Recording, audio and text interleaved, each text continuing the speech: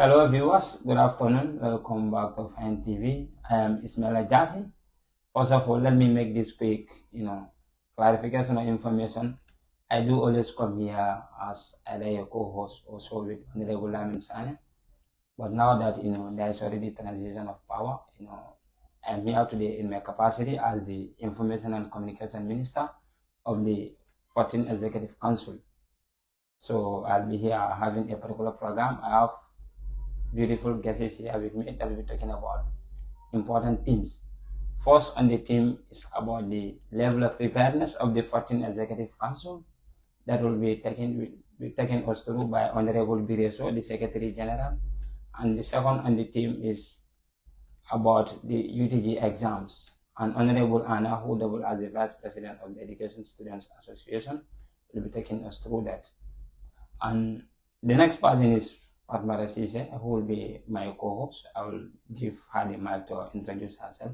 Fatma, you can introduce yourself to the people. Welcome once again, Edusans, to another edition of the Edusa Hour, where insightful discussions unfold.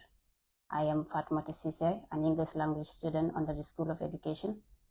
And I am here as a council member of the Communications Ministry of Edusa, and we are here to discuss the related issues concerning the level of preparedness of the 14th Executive Council, and also issues revolving around the end of UTG semester exams. And I'll give back the floor to... Thank you, Fatma. Actually, Fatma is working in the Information and Communication Ministry as a committee member, so she is working under my ministry. And the next person, I also want to give him the chance to introduce himself. Honorable, you can talk to your audience.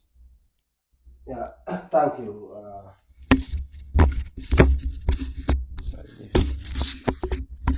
Thank you. I will first of all thank Fine TV. They have been hosting us. They are one of our most committed partners when it comes to media. Since last year, that's why the former council has given them a certificate of partnership at the time of the 13th Executive Council. So he comes and he is continuing. So we thank. Yes, of the 14th Executive Council of Edusa.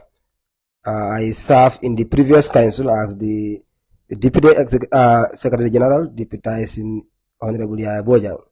And now, as we have moved to another council, the 14th Executive Council, I am the Secretary General. We are here today to discuss pertinent issues concerning Edusa and the university at large. And those two teams have been declared by the IPR himself. That is the level of preparedness of the 14 executive councils as regards the tasks ahead of us, and also the issue of examination. So that is all about me for now. Thank you very much, Honorable Bireso. That was the Secretary General of the University of the Gambia of the Education Students Association. He was a deputy, now the Secretary General. So I'll be having him here on the team about the level of preparedness of the 14th Executive Council. And the next person is Honorable Anamanga, the current Vice President of the Education Students Association, who will be taking us through the team about the UTG end of semester exams. Anna, you can introduce yourself and have a word with the audience. Thank you so much, Fine TV, for always hosting Edusa and giving us the opportunity to air our thoughts to the general populace. And thanks to the IPRO department for creating such a good partnership. Your work is really commended, and Edusa students are very proud of you. Once again, thank you for having me on this beautiful platform. I am Anna Manga, the current Vice President of Edusa Students Association. And then I would still be here to discuss on the end of semester exams with the IPRO ministry, so that the general student body will understand what are some of the things that are needed for the end of semester exam. Thank you so much once again, Ismail Jasi. Thank you, the Vice President of the University of the Gambia Education Students Association. Now, those are the introduction. We are now starting the program proper. So my first guest is Honorable Bireso, the Secretary General, whom I'll be taking him through some of the questions regarding the team. Honorable Bireso, you've understand that the School of Education, that is Edusa, have just witnessed a transition. That is the democratic process. That is the voting.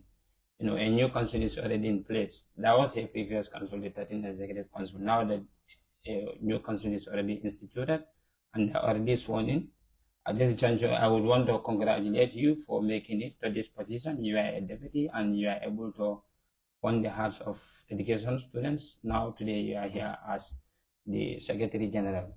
So Honorable Bire, the first questions I have for you is, as a council, you already come to power and you understand that the secretarial, that is the Secretary General, your role is very crucial. You must have that institutional memory regarding the overall functions of the council. So at this juncture, what are some of the plans you have put in place as a council? How is your level of preparedness? What are some of the things you do since when you are sworn into office? Thank you very much. What a very important question. Yes, our level of preparedness is very important because without the preparedness, you cannot do anything. As a new council that have succeeded, a very successful council, because it is known to everyone that the 13th Executive Council has done a great work. They have made great achievements, great accomplishment. That any council succeeding, then you have a big tax, a very huge tax. Yes, as a council, this 14th Executive Council is opportune that some of us who serve in the previous councils are still serving in this present council. So we know the modus operandi, we know the ins and outs and nitty-gritties that the previous councils was using to get through. So the first thing that we have to put in place as a council is to have an action plan, activity plan, because you have to plan. If you don't plan, you of course you will fail. So the first thing that you have to do in order to meet your aims and your objectives is you have a plan. And as a council, we have met in our first meeting and we have discussed among ourselves concerning our ministerial activity plan. And as I am speaking now, all the ministries have sent me as the Secretary General their ministerial activity plan. This activity plan will guide the ministers, the ministries, and also the council in its quest to make sure that its activities are implemented. So presently, I have all the activities plan with me. So I'm going to compile them together, and also we will meet again as a council to fix the date of each activity plan. And also in that ministerial activity plan, we are going to extract the main activity plan of the council, which are the nationwide tour, the Edusa week, and the main one are going to be extracted from them, and that one also will be presented to the legislative council for approval. So as I am talking now, we are on the activity plan to finalize on it, and also we are also working on the call letters, because creating partnership, collaboration is very important. The council cannot do it without the collaboration. It cannot do it without the stakeholders within and outside the university. As the Secretary General, the administrative head of the council, I can tell you for free that as of now, we have written up to 34 letters, partnership letters, for stakeholders like GTU, MOFSI, MOHAS, IFANET, UNICEF. We have written also to the media houses like GRTS, QTV, because our media visibility is also very important. So personally, our level of preparedness is revolving around the activity plan and also the call letter to reinvigorate and also to renew our partnership and collaboration with the stakeholders. Thank you. Thank you very much, the Secretary General, having taken us through about the level of preparedness. So he is already telling us that as a council, all the ministries, they are already tasked and they submitted their activity reports, the activity plan for the various activities they are about to embark on as a council. So that shows that they are really ready for the task and they are up to the task. So I'll also allow my co-host or have one or two questions for Bire before we move on to our next guest. Yeah, thank you very much. I just want to chime in, I want to know what your take is on the transition process that took place. What's your take on it? Yeah, if I can understand, you mean my opinion about the transition that has taken place from the 13th Executive Council to the 14th Executive Council. Yes, my take on it is that it is normal, and also it is something that has to be, because the council before us was democratically elected by Edusans. Constitutionally, their term has expired, and Edusans, we went for elections, and new council was elected. Yes, so it was incumbent constitutionally upon them to relinquish power to the other council, and that they have done it in a very civilized manner, in a very normal manner. In fact, they have done it in a way that never happened. They have made history, because they have organized the award ceremony, which has never happened in the history of Edusa. So it was done in a way that has never happened. So the transitions from 30th Executive Council to the 40th Executive Council here, it's something that was constitutional, and it was done. And the way it was done also should be applauded. Yeah, because it's of its first kind that is happening, that Edusans have organized award ceremony, and also handing over ceremony where awards were given to various individual and also stakeholders, and also where merits were also given to people in a very august manner. So when we were sworn in, we were given the guidance that we need. It was a success in the event that there was what we called internal handing over, which took place on Friday.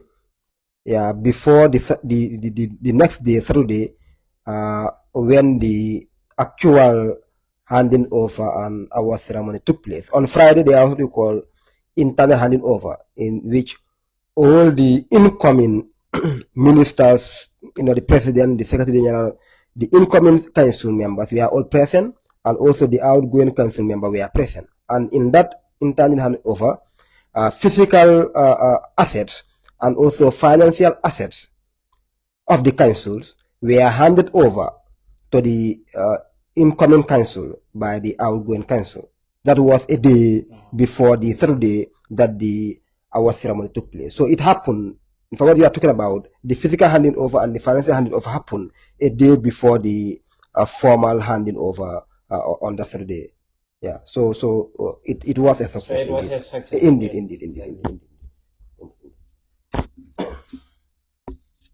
Okay. Okay, you have a question. Thank you very much, Honorable Bireso, for answering that question maturely. Okay, I just want to ask, what are the key priorities that you aim to achieve in your tenure as the Secretary General of the Edusa Council? What are your key priorities that you seek to achieve? Precisely. Yes, that's important, because any leadership that intends to lead people, you must put in place on the table what you have for them. Yes, if you look at it ministerially, every minister has its own aims and objective and what it wants to implement at its ministerial level. But collectively, we as a council, we have aims and objectives that we all share. We have certain areas that are prioritized, and one of it is issues of education, because the main purpose why we are in the university is education. So one of our prioritized area is education. Anything concerning education, we are going to prioritize it. Anything that is affecting the education of the students in this kind of education, we are going to prioritize it. Be it grade issues, clearance issues, anything that is going to affect the education is one of our priorities. And secondly, culturally, we do have some activities that we do as a council, including the nationwide tour, the Edusa Week, all these things are activities that we do. And these activities, as students in the university, they are not only to benefit yourself or to have impacts within the university, but also in the community. That's why we normally embark on nationwide tour, where also we impact people in the community. If you look at the previous council, we have gone on nationwide tour on a team, civic education. And we have visited 14 schools, including 2 places where TVEC centers were established by the government, including Nemban. And when we went there, we were told that it was just empty buildings that were there, but the place was not equal. Learning in proper did not take place. So we visited the place, we hear from the community, we came back, we wrote our our report, sent it to the stakeholders, and they act on it. And by virtue of that, just one month after our nationwide tour, Nemban Skill Center is operating, and they are offering skills to use in different areas, auto mechanic, different areas. So nationwide tour with a very fitting topic that is very contemporaneous in the society, is something that we prioritize. So these are just some of the activities that are within our prioritized cycle. Yes, but we have others also that are very important. Thank you. Okay, thank you. He mentioned of something priority. So he's assuring the education students that pertinent issues within the School of Education are going to be prioritized. And he also talked about one of the key activities of the council, which is the nationwide tour, which I was also fortunate to be part of. That is the recently concluded nationwide tour where they visited the Nemban Center, and he's telling us that now that the center is fully equipped as a result of visiting that place, and some of the things that were not in place, I won't engage the authorities, and that was a good thing. And the next guest we are now moving to is Honorable Anamanga. We will be coming back to Bire, so we will still have 1 or 2 questions for him regarding the level of preparedness as a council. That is the current council, the 14th Executive Council. I can see so much energy coming from the man, speaking with so much energy. So, Honorable Vice President, and have that man. That is Anna. She's our second guest. We are now moving to her. Anna Manga. Currently, there are a lot of issues, there are a lot of complaints within the School of Education, generally within the University of the Gambia. We have seen dispatches talking about issues related to the university exam, and we also understand that the semester we started it very lately, and we've now moved to a new campus, that is the Faraba campus. So, the first question I have for you, Anna Manga, is regarding the timetable. You'll see a lot of students that will be saying, is the final timetable out, or when are we starting exam?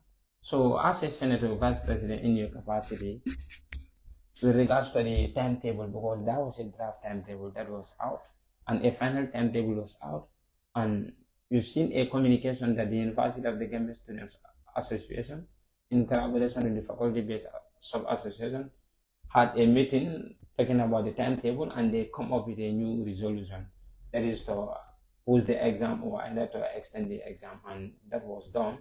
And there is also another timetable, that is the draft timetable. So generally, what can you tell about the students regarding the current timetable? What is the stand of the University of the Gambia? What is our fate? When are we starting the exam? How is the exam going to be? Is the final timetable out? Thank you so much, Honorable Apiaro, for that wonderful question.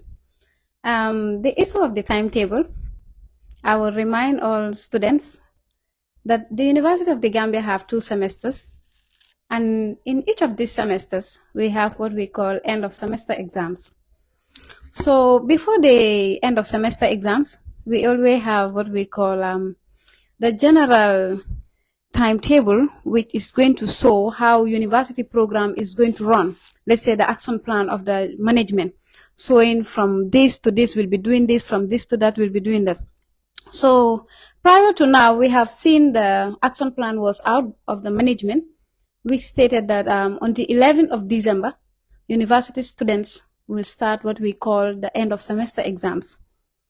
But also, before we start our current normal classes for this semester, we have seen a delay in the start of the semester. And due to that delay, we can all attest that the University of the Gambia Student Union, through the leadership of Kemo Conte, have staged what we call a press conference, which stated that the university management should try by all means to start the program, that is this semester program, as they stated in their action plan. In an instant that they do not do that, then therefore there should be what we call extension of the semester. And as a result, University of the Gambia Student Union worked towards that. So after the conference, we see that some lectures have started, but some did not start properly until when we moved to Faraba, which was on the 2nd and on the 9th of October, respectively. So as a result, when the final timetable was out for university students, that is going to be on the 11th to on the 23rd, which means they compressed the exam into 2 weeks, which lead to a lot of collision in the timetable. You will see some students that will have 4 papers in a day, Ismaila. Some will have 3 papers. Yeah, 4 papers in a day, which is very serious and very abnormal. Some people have 3 papers in a day. 2 papers maybe is understandable. Maybe you can manage with that. But 3, 4, it was very abnormal. So therefore, the student union feel that this call for concern is a great concern. And we are the student representative, and therefore we need to do something. And they wrote to management that please, you need to extend the examination. We cannot do exam on the 11th because the semester was late to be started. Yes. And as a result, the management also called what we call dean meeting. That is the different head of faculties. And when they did that, they also come up with a resolution that exam is now going to start on the 18th. And it's going to be in 2 folds. Are you fortunate to be part of that meeting? No, that is for the deans. Okay, the deans. Yes. But you are not part of the meeting. No, because I'm not a dean. It's where I'm just a student. No, I was fortunate to be part of the meeting, which was later called an emergency meeting, which was called by the student SU. Because after the dean's meeting, the timetable was later into 2-fold, which is from 18 to 22nd. We go for the Christmas break. Okay. We start on the 23rd to on the 6th, on the 7th. Then on the 8th to on the 28th of January, we complete the timetable that we have already started on the 18th. So as a result, the University Student Union were like, is this really something wise or visible for us? So as a result, let's call for the general student body, their leaders. And this is why they invited the president, the vice president, the education and research with the SG.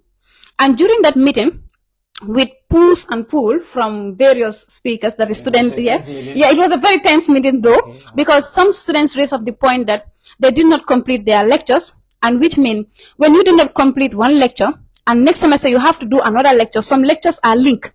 So if you don't complete this one, the other one, the probability of you making it will be very slim because you do not have proper understanding of the previous one that you do. So it's like if a particular student with a course and unfortunately you couldn't complete the course content, and this course could be a prerequisite to the next course in the next semester.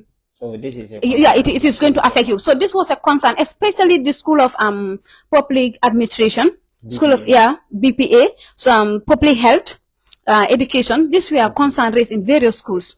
But later, students also come up with a unanimous agreement that, yes, we may all agree here to extend the semester, that is to also extend the exam, which means we were talking about allowing lectures to continue until 22nd of December, then January, we start the exam. But later, we all as rational leaders come up to agree that if we do that, we may affect the next semester coming, which means we are going to touch the next semester. And we are like, okay, not to touch and affect the next semester, we can go on with the management timetable to start exam on the 18th to 22nd, have our Christmas break, come back on the 8th to on the 20th, so that the next semester will not be affected. So you are telling us the current resolution, as you were part of the resolution because you conducted a meeting with the president plus all the sub-association leaders.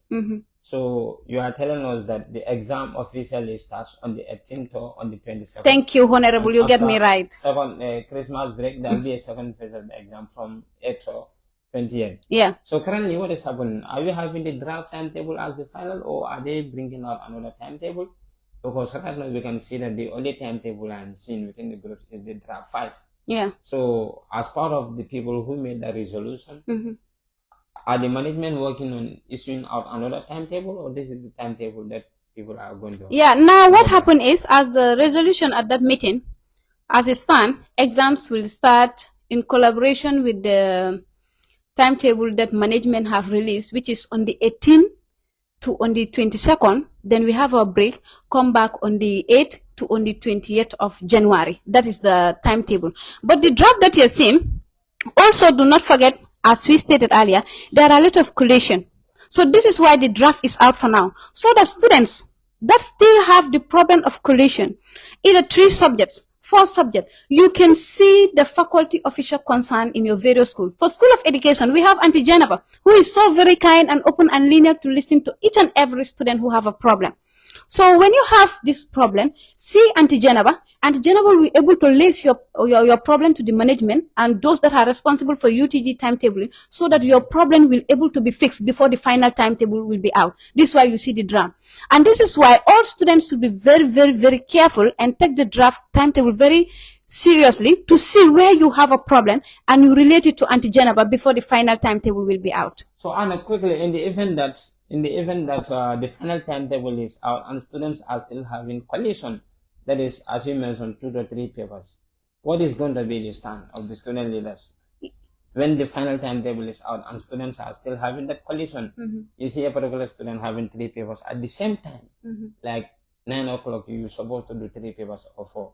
So what is going to be the stand of student leaders? Yes, the stand of the student leaders, especially the Education and Research Minister, including myself, the Vice President, earlier before your paper. This is why if you even read the timetable, on top, the message for the general student, you will see it will tell you, students with collation should try by all means to see the faculty officer. Some problems are there, Ismail, I will tell you. Some collations are there, they can be solved. Some are there, I'm telling you, for free, they cannot be solved, depending on how you, the student, have made selection of your subject. That's exactly where I want to chip in. Okay. Okay, you may ask her that question. Yeah, that's where I want to chip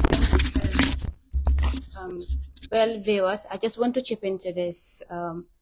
What do you think are the causes of those collisions? Why are students having these problems of courses colliding? Because recently it's an issue. Just like you mentioned, students having 2 or 3 papers the same day. No, that is horrible. So what causes it? Causes of why students are having collision. Yeah. Thank you so much. To continue like what I was telling Ismaila, for student leaders, the step that we can take is for you to stay the faculty officer, pen down your name, those courses that you have with the various times, so that we will see how best to arrange it for you on how you're going to have them from one paper to another. Now, coming to your question, Honorable, you will see students of the university will apply to university after giving admission.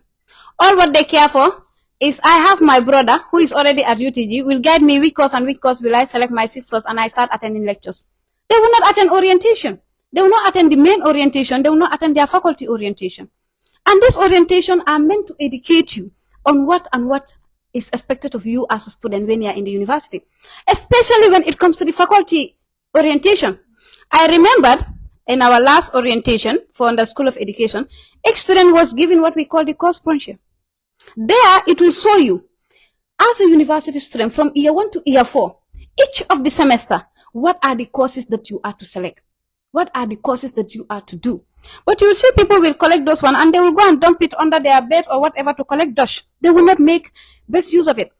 You will see an year 4 student who will pack the departmental courses, who will pack the GR, who will pack the minors, maybe focus on majors or whatsoever.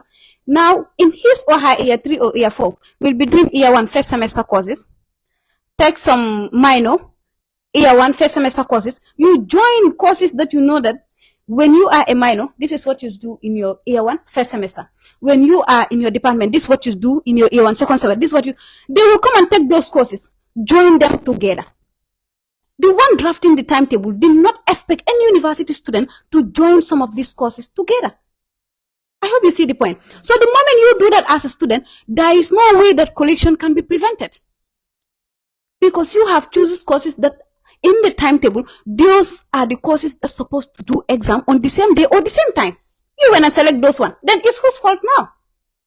It's going to be your fault. You are telling us that there are some students. Accountable. Who will not do courses on the basis? Yes, yes. Some students are there, they will not do the courses based on their level.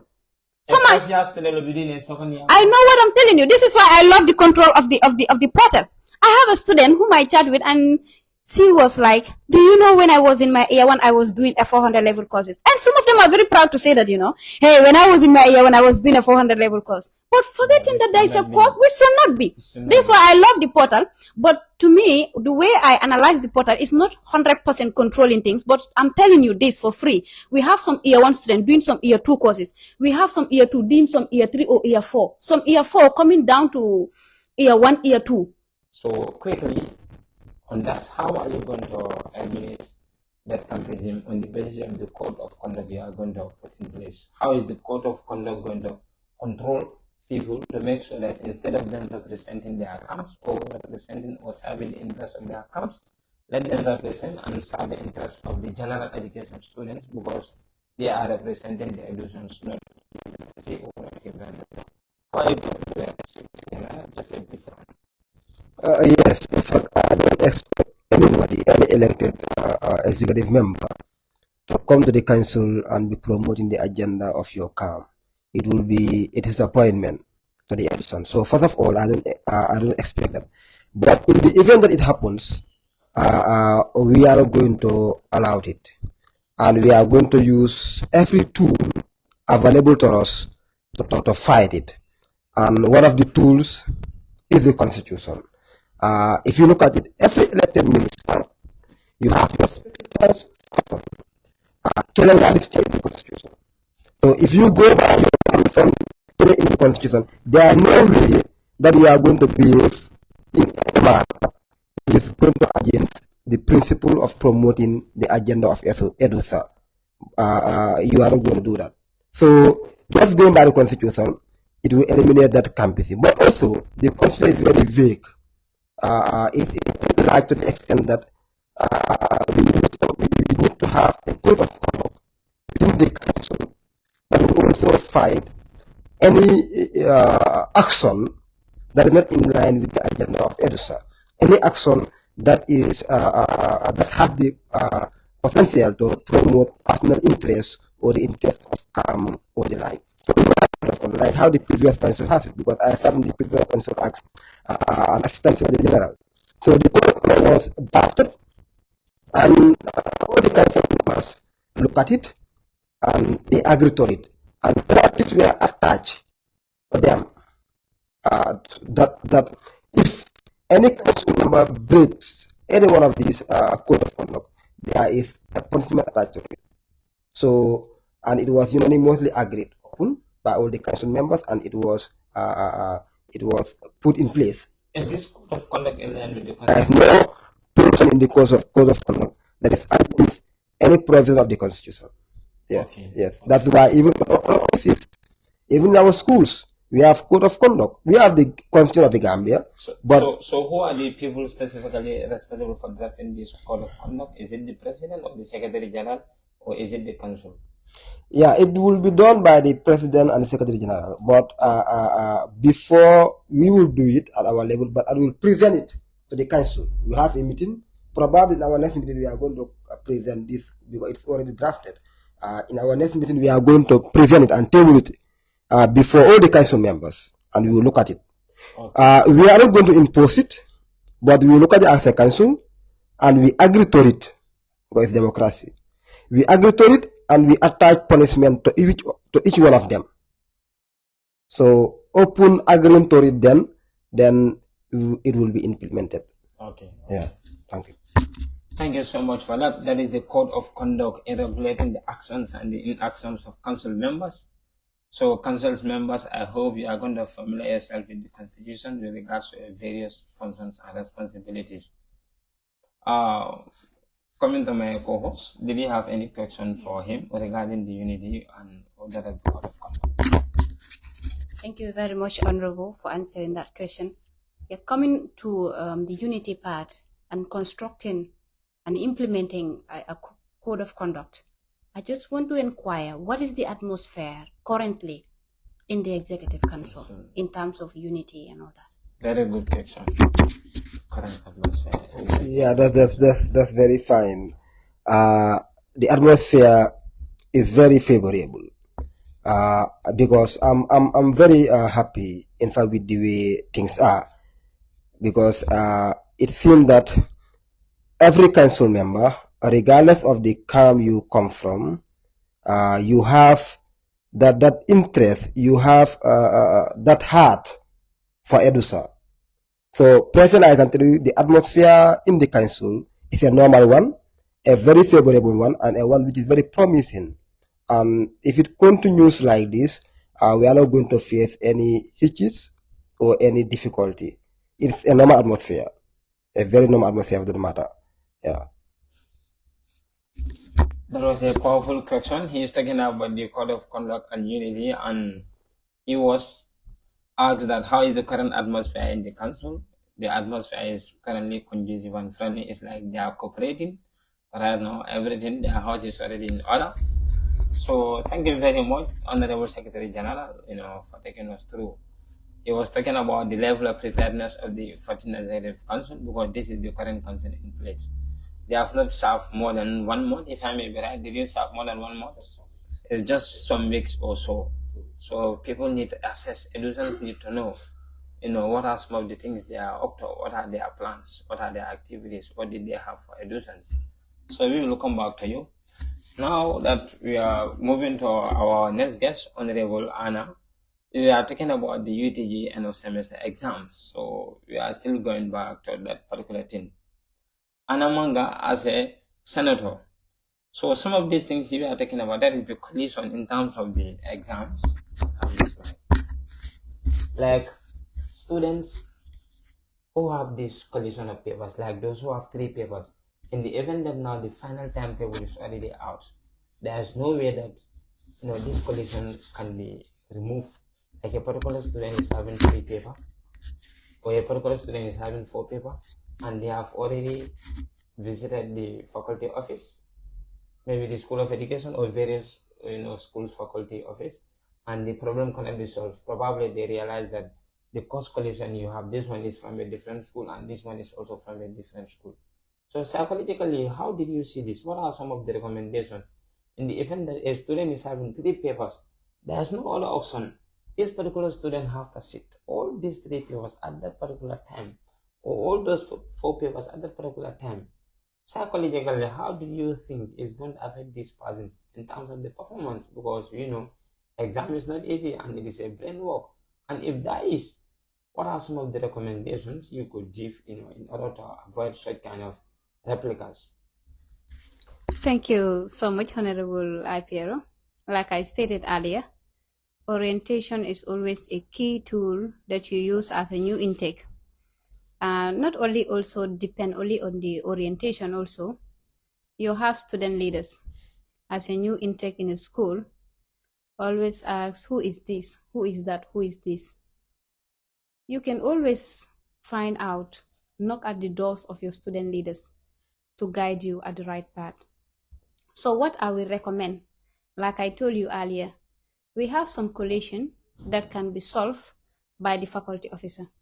We have some collision that cannot be solved at all, depending on how you choose your subjects or your courses as a student. So in an event that you have this collision, like you said, that cannot be solved at all, the next thing that could be done for you is to go to the faculty officer to arrange for you to do these exams, 1 paper after the other. That is one. The next thing is looking at the exam pressure. Psychologically, it's not good for you as a student. It's going to, in one way or the other, affect your performance. So what I will advise students to do is, each semester, never feel the same, I repeat, for you to ask of things which is expected of you to do. Never feel the same. Go to the Education and Research Minister. Go to the Vice President. Go to any of these council member. If you're not comfortable with them, you want to go still to the faculty officer. Auntie Genevieve's door, as I stated earlier, is always open to listen to any student that have issues. Go to her. Ask her, what are some of the courses you would recommend me to do? I am in my year 1 second semester. I am in my year 2 first semester. I am in my year 3. Always ask. That is the recommendation I will give. Never rely on, okay, my friend said he did A, B, C, Y, Z. Okay, because my friend say, I can also do the same. I hope you're getting my point. So that's the recommendation I will give to all universities, especially School of Education, in which you will understand that almost 90% of education students, their minor is not in education. I'm telling you this, Ismail. Their minor is in other schools. So therefore, it is always very good for you to make consultation. Go and make findings in that school. What are some of the requirements needed in their school? GR, we do it with the general student body. You have your departmental courses. You have your own major. Always make consultation. Any major that you are doing in a particular school, you must have somebody who have done that major before you. But do not rely on the information that they give you. Because what may be good for Fatu might not be good for Binta. So always go to the right authorities. We have student leaders and you voted them into office for them to work for you. Use them. Make best use of your student leaders. Make best use of the faculty office. So that is my recommendation. Is it fair to these students who are doing this? Now there is no way to solve this problem. People doing this 4 papers or 3. Is the university fair to them? How did you see that? Somebody doing 3 papers, sitting from 9 o'clock to 5 o'clock, doing exam, different courses. 3 or 4 papers or 2 papers at the same time. Is it fair to those students? Like I stated earlier, you will fight for something to say is not fair when you yourself have taken the right protocol. So you are telling us as a result of students' own issue that is resulting to because let me tell you of one thing. Like for example, if I am affected based on 4 papers, for example, or 3 papers, and it was based on myself with the way I selected my courses, because of that collation, and went and complained to the faculty officer. Now, what did I really want as a stand? Do I really want them to change the entire timetable, or what do I really want? Because if you to talk about changing the timetable, know that it is changed in one way or the other. It may also affect others. Affect another students as well. I don't know whether you see my point here. In another way, it will affect other students, and also you might not. You will not also say, okay, because the exam is stated to be on the 12th, and I'm having 4 papers on the 12th. Therefore, mine will be shifted to on the 16th. Are you now taxing the lecturer to set specific question for you? No. So you need to ask yourself certain question. This is why we say always make best use of your course brochure. Always make best use of it. Are you telling us that if students follow all these protocols, that is the orientation ceremony, students do course according to their level, yeah, and first semester you do first semester course, and you're also doing the minor by consulting other faculty officers. Are you giving us this guarantee that there will be no collision anymore? Now my point is coming in, Ismail. The moment you have your course branch as your weapon, that stand as your tool to fight for justice for yourself. Because in an event that you have used the course branch, you follow everything as is stipulated in the course branch, and now the management fail you by giving you 4 courses, 3 courses, you have utmost right to take the management to any level. Because they have given you that description of that course to say that when you are in year 1, this is what you should do at your second semester. It was not written by you. It was written by the management together with different, and they give it to you as a student. But in an event that you fail, that where will you take the management now? Where?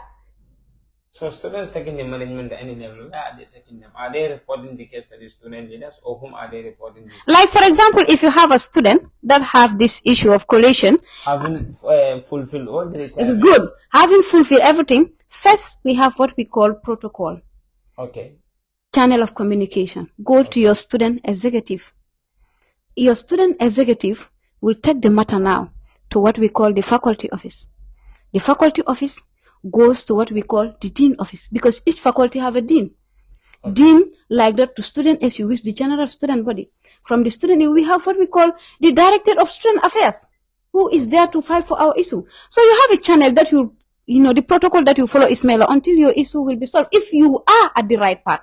Okay. But the moment you are not at the right path, in fact, you will not even have the confidence to face your student executive at that first point. I don't know whether you get the point. For me, I always love to student to fight when you believe in yourself that what I am fighting for is right and I am at the right track. But the moment you are at the wrong track, let me tell you, when students come to complain to the Office of the Education and Research and the Office of the Vice President, we first ask, do you follow the course pointer? The moment we say yes, then we will never hesitate to go with you to Anti-Geneva to record your name. So if that person failed to do that, maybe as a result of lack of proper orientation, how are you going to handle this person? Because the person is still a university student. was just about to chip in that area. Sorry? I was just... Okay, you can ask that question. Yes, I was just about to chip in, viewers. Knowing that we have students who are victims of such, they haven't asked, they haven't consulted anyone. They are now in this circumstance, having colliding courses. What should we do for them? Because knowing psychologically, reading for 3 or 4 papers in a day is damaging. So what can we do for them? It's very hectic. Yes, what we can do for those students, like I stated earlier, is to talk to the faculty officer to arrange the time for them, to say, okay, at specific time, you come and do this paper, and after there, they give you the other paper. After there, they give you the other paper. There is no way you can escape doing those 3 papers in the day. Yes, but after there, we will try by all means to give you the proper guidance that you need to make sure that that thing is never recurrent again in your life. Are we together? So we'll give you all the course bunch of all the areas that you are doing. In fact, take your number. Always keep mentoring you, keep coaching you, keep guiding you, counseling you until you complete your study, so that will be the first and the last time that such scenario have happened to you. Yes, because like I stated earlier, if such scenario happen to you, if there are collision that can be avoided, we will leave no stone unturned to make sure that you don't, go into that psychological trauma. We will leave no stone unturned to make sure that we solve the issue. But if it is collision that cannot really be solved due to the way that you selected your course, we will try to talk to the faculty officer to arrange for you to have your exam, because there is no way you cannot do your exams. But we will also make sure as a council that that is the last time that such scenarios will happen to you, because we understand the pain and the trauma that you go through, which can even lead to your low performance in those various courses. So finally, as the vice president in your capacity, if you look at the Education Students Association Constitution, you are the one responsible for the orientation ceremony.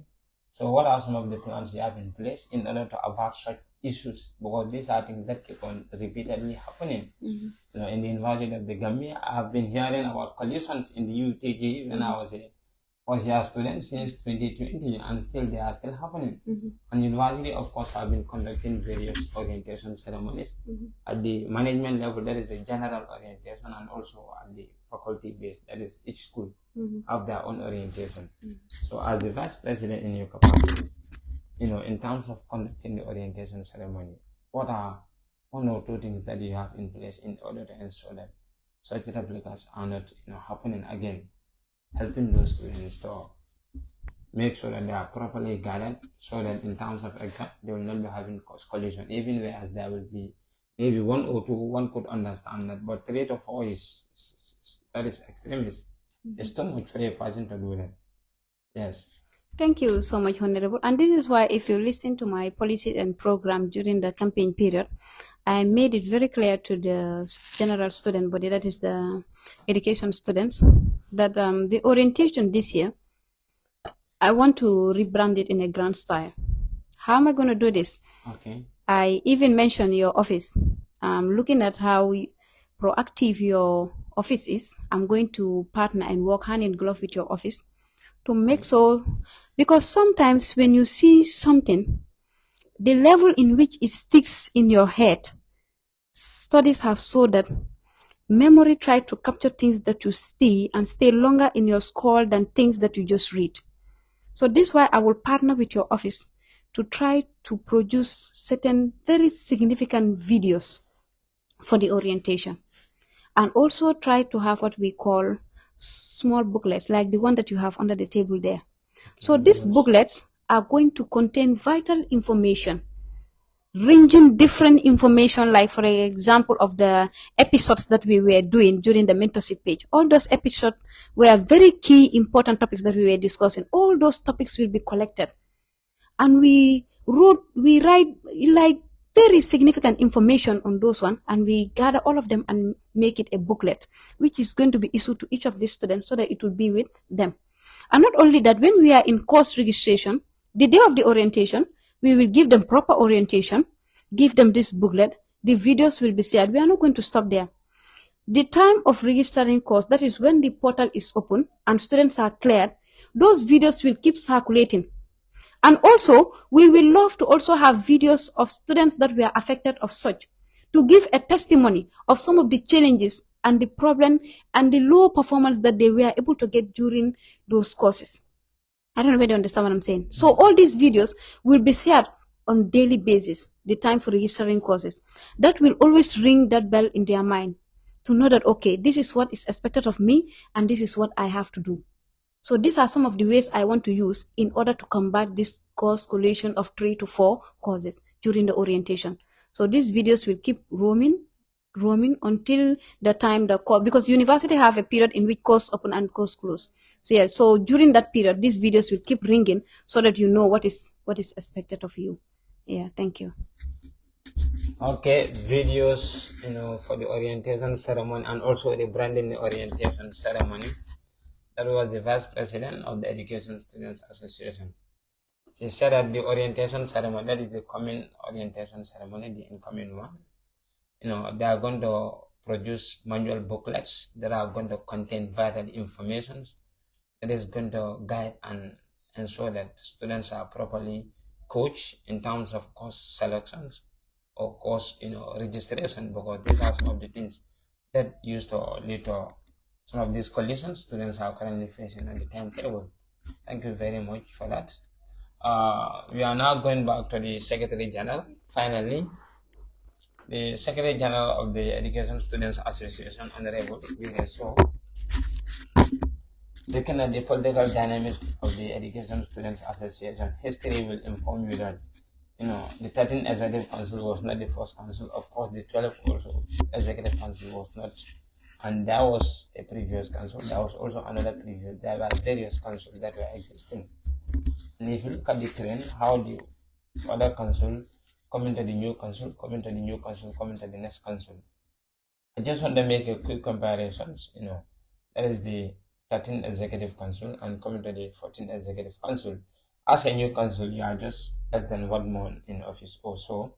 And if you look at the achievements and the successes of the 13th Executive Council, they did a lot and they were unable to do this, of course, without potential partnerships. They had various partners, including this Fine TV.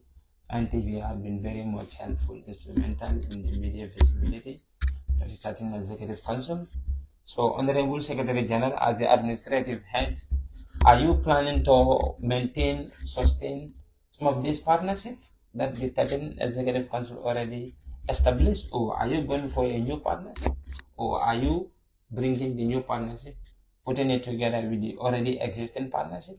What are your stand on that, in terms of the partnership? Because these partnerships are very much important. These are some of the things that keep the association functioning, knowing fully well that Edusa is a non-profit organization. If they don't rely on partners, of course, the association cannot run smoothly. They cannot be able to run their affairs. So, what are some of your plans or activities on those things? Thank you very much once again. I think you have, in fact, spotted out some of the answers to your questions.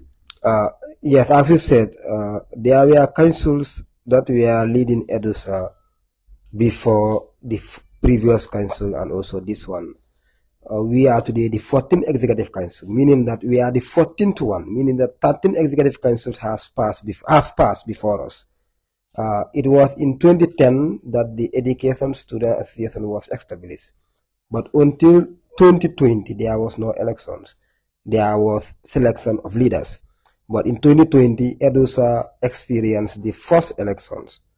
And this past election is the fourth election in Edusa, the fourth one.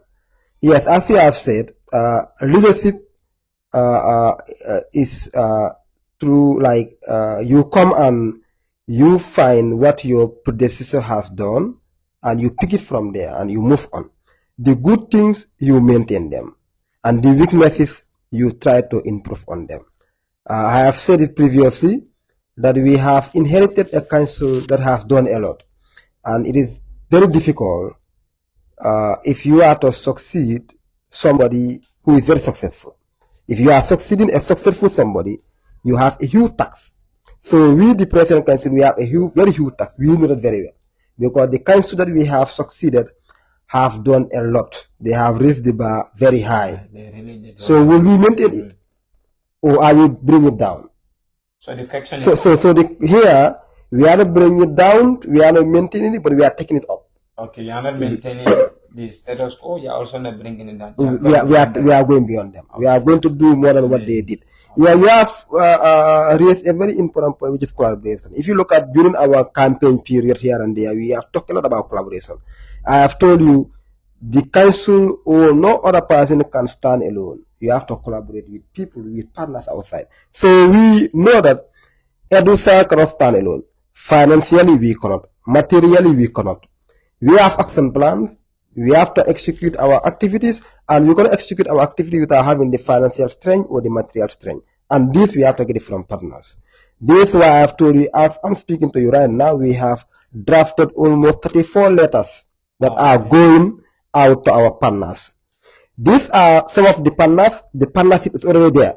We are just going to renew it, but we are also bringing in new partners, because we are not only going to stop at the partners that we are made by the previous council.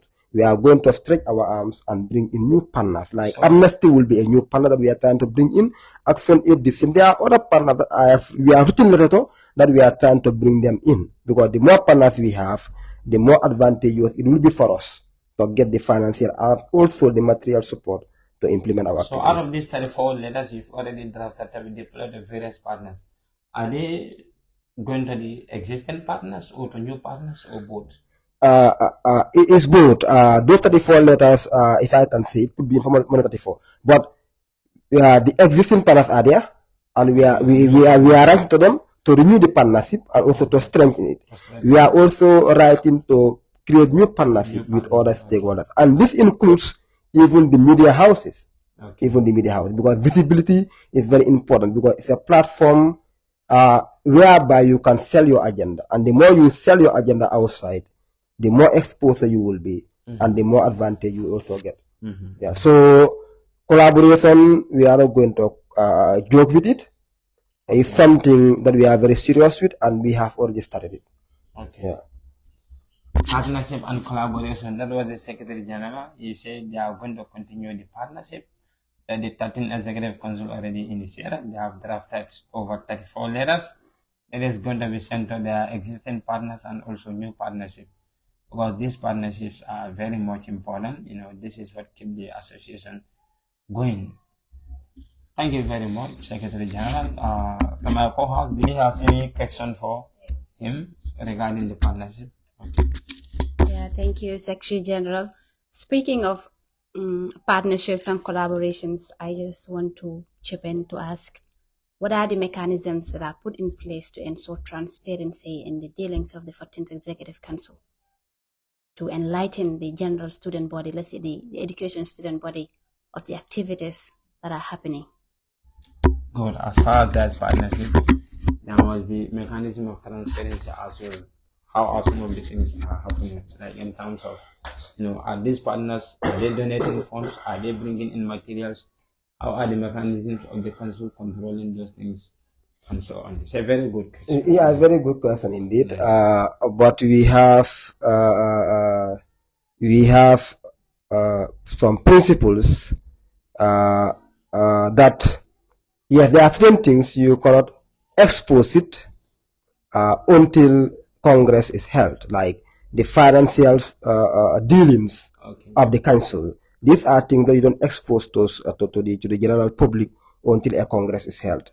But like whatsoever happen, wherever we go to, if we visit any partners, of course, this part will be sent by the IPRO that Edusa has visited, or Edusa has paid a courtesy call to this place or this institution. This is always known to the Edusans. What we get there, if we get there any physical assets, this is also will be known to Edusan. Like if I can recall, the last time when the podium and also the PA system were gotten from 3D GAM. 3D GAM. Okay. Yes, a picture of it was taken with the executive, and it was sent to all the Edusa pages. So physical assets, the moment they are gotten, everybody knows about it. But the financial aspect of it is very sensitive, that these are things that we will keep record of it, and also anything that has been spent and how it was spent. Everything, the record will be kept by the finance minister in collaboration with the auditor general, and this will be reported in Congress. Okay, in Congress. If any money, any amount of money was gotten from any partners, this will be said in Congress. Okay, and every Edusan has the right, you are at liberty to ask questions concerning how the money was spent. The last time Mopsi gave us 327,000 for the nationwide tour. Yes, at Congress we said it. Yeah, when we were given that money, the council was given that money. At that time, they're gonna go to the Edusan that we are given this money. It's not within the principle of financial management as far as institution is concerned. Yeah, but when the money was spent on nationwide tour, what was left there was stored, was kept in the council account. And at Congress, it was reported by the finance minister, and everybody has the right to ask anything to clear your doubts. So this is how things are done. Partnership is very much important, and also transparency, of course, because if you look at the association, they use the name of the association to secure some of these funds. Those members of that association have that mandate, for them to be aware of how some of these transactions are done. Thank you, Secretary General, for that. And finally, going back to the Vice President, that will be our last question to you as well. Now that we've already talked about a lot of issues regarding the end of semester exam timetable, and that the final timetable is yet to be out, the management is still giving opportunity and the room to students who will still have possible cost collections. So, for their complaints to their various faculty officers to ensure that how this problem could be averted or solved. So, on the timetable, final timetable, Honorable Vice President, we've also seen this thing that there are a lot of guidelines, there are a lot of rules regarding the timetable that some students, every student within each school, you must have some documents that you must tender, otherwise you'll not be allowed to enter. That is, students are going to be denied of entry.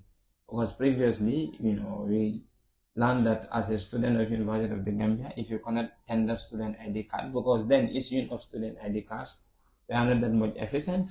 Students were allowed to go with admission letters, to be allowed to do exam. Students were allowed to go with national documents, ID card, driving license, voters cards.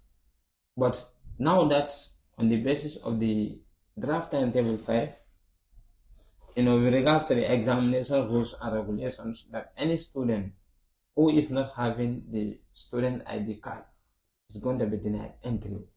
So as a Vice President in your capacity as a senator, what are some of the things, what are the fate of these students who are still not having the ID card? Because the process is somehow a bit slow, because it's not easy to attend. We have more than 7,000 students.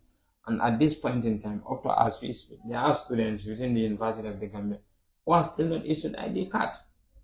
So as students, what are some of the things you have in place for those people who will not be fortunate to have these ID cards? And the examination rule is telling us that any student without having this student ID card will not be allowed to do the exam.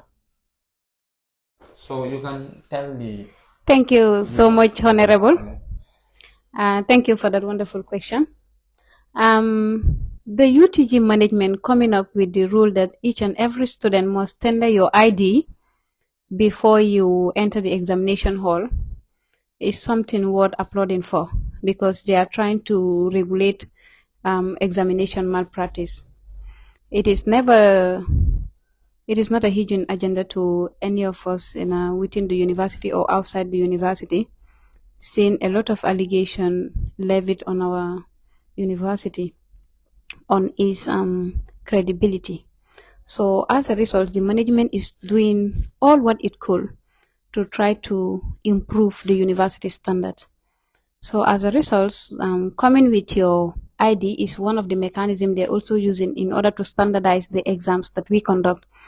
Because when you look at the student ID, it shows that you are a current active student, or you are a graduate student, or whatever. The ID is there to show an identity of who you are, including even your picture. Yeah, including even your picture will be read on it.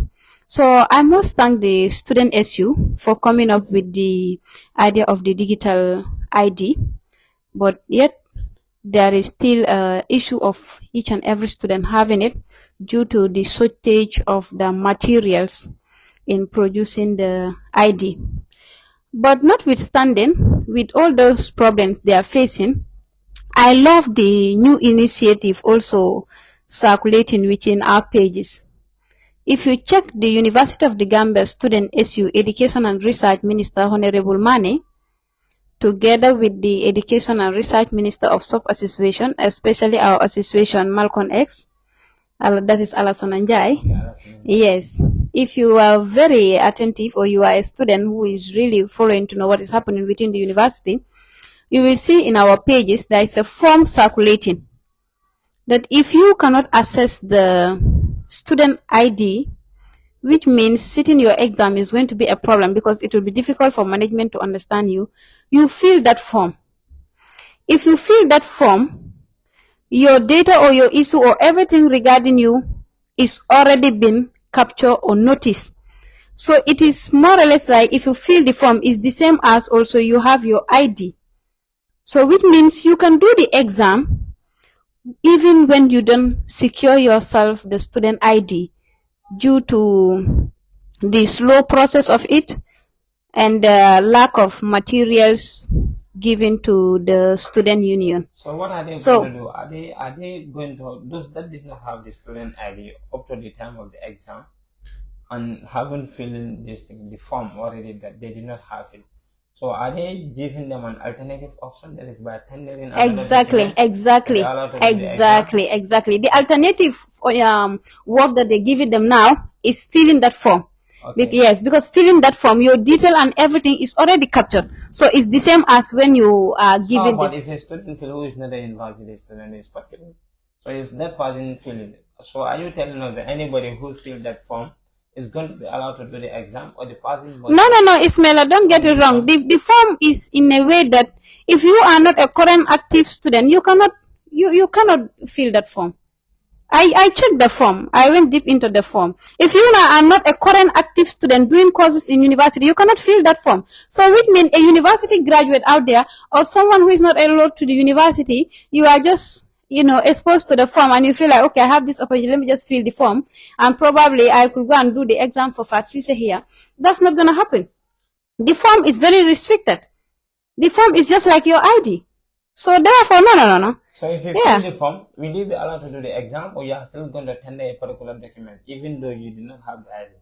Because when you have the ID, you will do the exam. When you fill that form, you will do the exam. If you fill that if you fill that form, without any other document, or they will provide alternative documents, because within the university, it's not only the student ID that a university student can tender.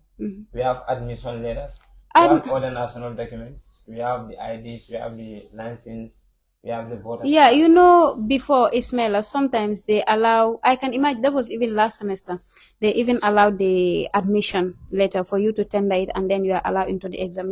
But how authentic it is? You ask yourself that question. How authentic it is?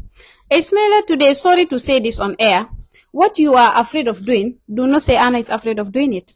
Okay. Yes. So just to bring more credibility to our exam, this is why the university management is coming up with this.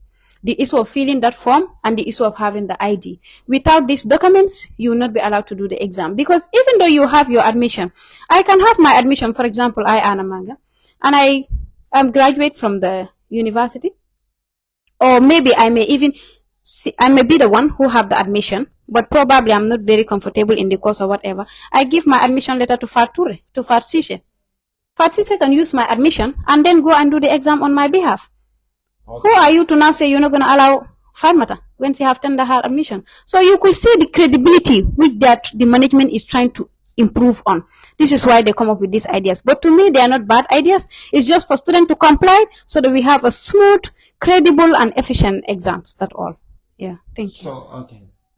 Thank you very much. That was some of the documents, in terms of the exam. Because there is this examination rules that if you don't have the student ID, you will not be allowed to do the exam.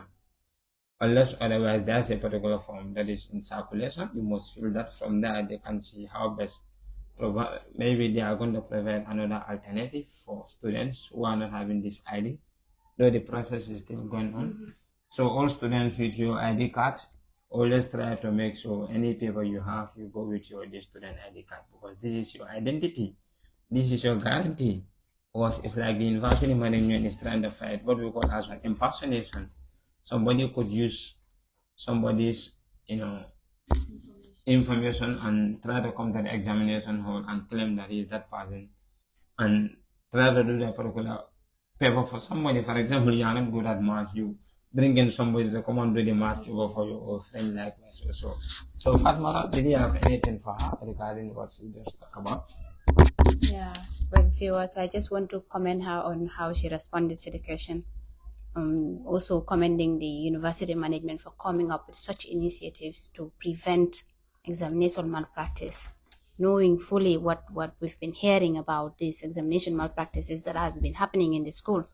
And also to commend the research ministry of Edusa for coming up with such an impeccable solution for the students who cannot have access to these ID cards, knowing that they should be sitting examinations, and also coming up with this at least will relieve them of the stress of not having an ID to sit to their exams. Thank you. Just to add up to the issue of the exams and some of the materials and things that are needed, you can see a lot of guidelines that we are giving to students, especially when it comes to coming into the examination hall with foreign materials, the likes of mobile phones, extra paper, whatever. I am trying to give this recommendation to management, and I promise this house that when we have our next meeting, that is the vice president meeting, I will try to put this recommendation to them. Just like WAEC, they have this what we call sergeant machine. Anything that is within you, the moment they use the sergeant machine, it will alert.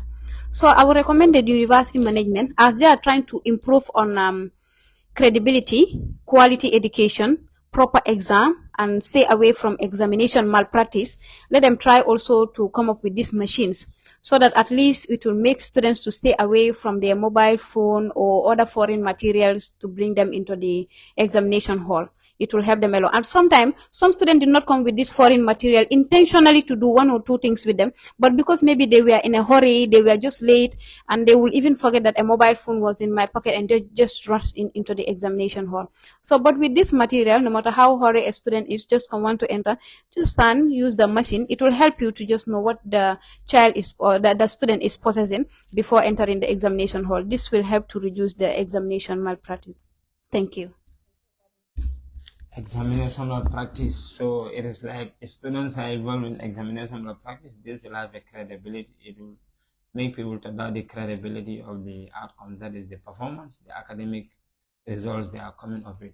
So as the vice president had alluded, universities should work on that in ensuring that they have those devices that can be able to detect, because some students may put papers or other foreign materials hide within themselves, and if those gadgets or materials are not used to detect those things, they could, go with those things into the examination hall, and they may try to put themselves in such situation. That is examination malpractice. So viewers, that marks the end of the program for our today's episode. That is episode 1. We were having the Secretary General of the Education Students Association, who is Honorable Bireso. Bireso was talking to us about the level of preparedness of the 14th Executive Council. He made mention of a lot of things here that they already drafted their activity plan. That is, the various ministries were all taxed and they are all submitted. So they are going to make sure that they put this thing in place, and this is going to guide them. What are some of the things they are going to do? What are some of the things they are going to prioritize? And also the Vice President of the University of the Gambia Education Student Association, Anna Manga, who was our second guest, was also talking to us about the issues related to the end of semester exam. She advised students that they should go with their ID cards, anytime you have a paper, because this is the rule. The university is saying that if you're not with your student ID, you're not going to be allowed to do the exam, because they are trying to fight against what we call as impersonation or other related examination malpractice. And she also strongly recommended that during orientation ceremonies, that is the university orientation, students always try to attend these ceremonies to try to avoid such situation that is currently happening. The timetable have been changed several times. That was a draft final, and there's also another draft, and we are expecting another final timetable again as a result of various cause collisions. So these are the two things we've talked about, which is very much important. Before I wrap up and finally summarize, I will just give the mic to my co-host and say one or two things regarding the program. All right, thank you very much, viewers, and thank you for joining us in exploring and questioning our Secretary General and our Vice President on issues revolving around the UTG end of semester exams and also the level of preparedness of the 14th Executive Edusa Council. Yes, basically, this is just what I have until we meet again. Okay, that is it. So those are the two things we've talked about. That is the level of preparedness of the 14th Executive Council. Honorable Bireso, talk about it, and Anamanga also, that is the Vice President, talk to us about the various issues related to the UTG exam. And that marks the end of the program. Until next time, that is next Sunday, we'll be here again for another episode. And every Sunday, we are always here at Fine TV, and we want to use this opportunity to thank them. Fine TV have been a very much amazing and very useful partners to us. I was working in the previous council, that is the 13th Executive Council. They really played a crucial role in terms of media visibility. This is the platform where our voices are heard, where our voices are amplified.